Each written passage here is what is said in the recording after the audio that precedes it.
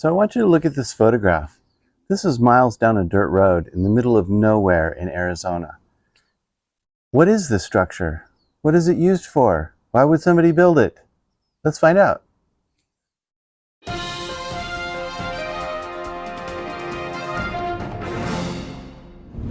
Okay, Scott, where are we going?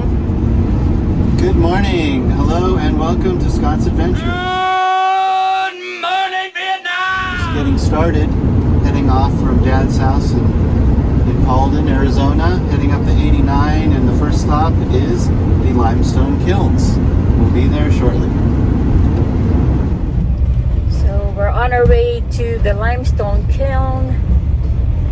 Had to open the gate back there. Barbed wire, wearing shorts, not a good idea. yeah, but whatever. That looked pretty dangerous. You were pulling around that barbed wire fence. I'm like, dang, I'm sure you get stuck on something.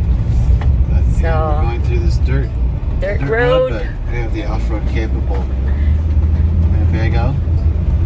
All good. And we'll be there shortly. Oop, The Roadrunner. We're chasing after the Roadrunner. Oh, that thing is fast. Oh, there. We decided to park the van and go on foot from here. It's supposed to be about a half a mile because we came to a section where the trees were just too close together and we were going to scrape both sides of the van with the trees, and I didn't want to do that. And so we parked, got hats and sunglasses, and we're going to try to make our way on foot. Wish us luck. Okay, abort.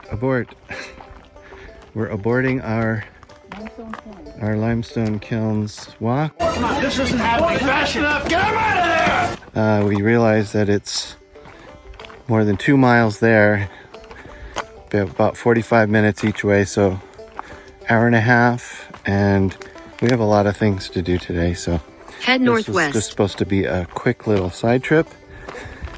It's turning out to be the whole morning, so we don't want to do that, so we're just gonna bail. And here's where we have the van tucked away, all ready to go back towards the highway. Okay, new plan. What's the new plan, babe? New plan is to go back to Highway 89 and then take a different way to get there. Look at this. Good thing we have a high clearance vehicle. It just kind of goes right over all this stuff. But yeah, I think we went on kind of a 45 degree that goes kind of the long way off-road instead of going on the highway and kind of taking the short route. So maybe, but it was fun. Maybe. Yeah, it was fun. So, all right. Okay, so this is about as rough as I would want to take the Winnebago. I think I really want to go any rougher than this. Look at that. We are okay, and it's fine, but It's crazy. that's about as much as I want to tackle. Come on, let's keep a little optimism. Even though it seems to be doing just fine. But yeah. Alright, so we're coming back out to the road. And there is a gate. And we need to negate the gate. And we will do that right now. With our trusty assistant, my trusty assistant. And she has to navigate the complicated mechanism that is the gating system here. It was designed by NASA for the space mission, and then it was repurposed for this gate. And then we are free.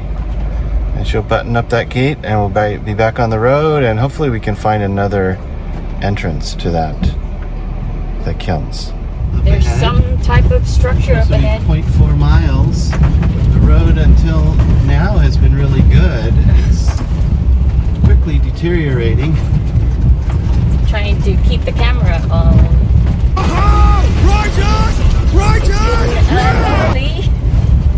It looks like it's smoothing out here. For the last 0.3 miles. Go through a little riverbed.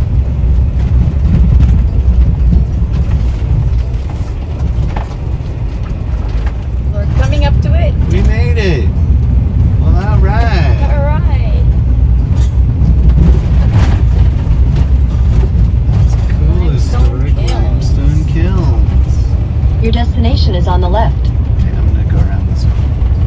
Yeah, Yes. silver mining. People probably thought that was amazing. Big back then. silver mine strike. Jerome, but Well, Jerome's bought more copper and silver. yeah. Prescott was gold and silver.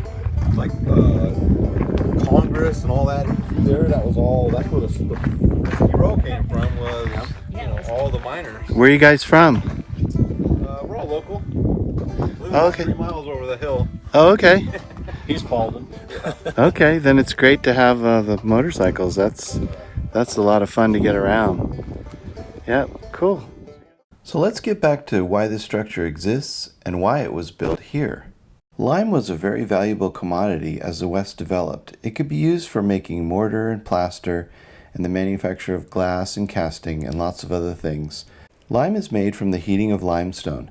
This area had an abundant source of limestone and also wood to fire the kiln. So even though this location is out in the middle of nowhere, it's ideally suited for the raw materials to make lime. And then it had one more thing going for it.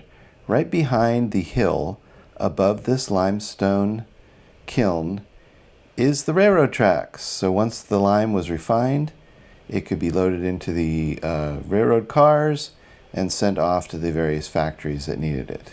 A man named George Puntney, I'm probably pronouncing that wrong, discovered the limestone deposits on the south side of Hell Canyon approximately 1890. He staked his claim and built this tower, which is believed to be the first lime kiln in Arizona. A small town including a school and a post office formed around the Puntney Lime Company, and George and his wife Lucy raised 5 children there. Today, just about the only thing left is the kiln. The rocks between Prescott and Ash Fork harbor rich limestone deposits, but few were as big as the one discovered by George Puntney. Well, I think that was pretty interesting. I learned a lot about lime and limestone kilns. I had no idea that there was a lime rush in Arizona in the 1890s, but apparently there was. And it was fun learning about George Puntney, industrious young man who decided to build that elaborate structure to produce lime. How he came across that idea, I don't know, but I marvel at it. A couple of the things that stuck out to me in this video was, one, the off-road capability of the Winnebago. I mean, it's not going to win the Baja 1000 or anything, but it does pretty good off-road for a Winnebago, so that was pretty cool. And the other thing that struck me was how somebody could come across an idea, like, let's produce lime in the middle of nowhere in Arizona because I want to make money at it. And it became like a town, and he built a school, and he built all these other kind of things.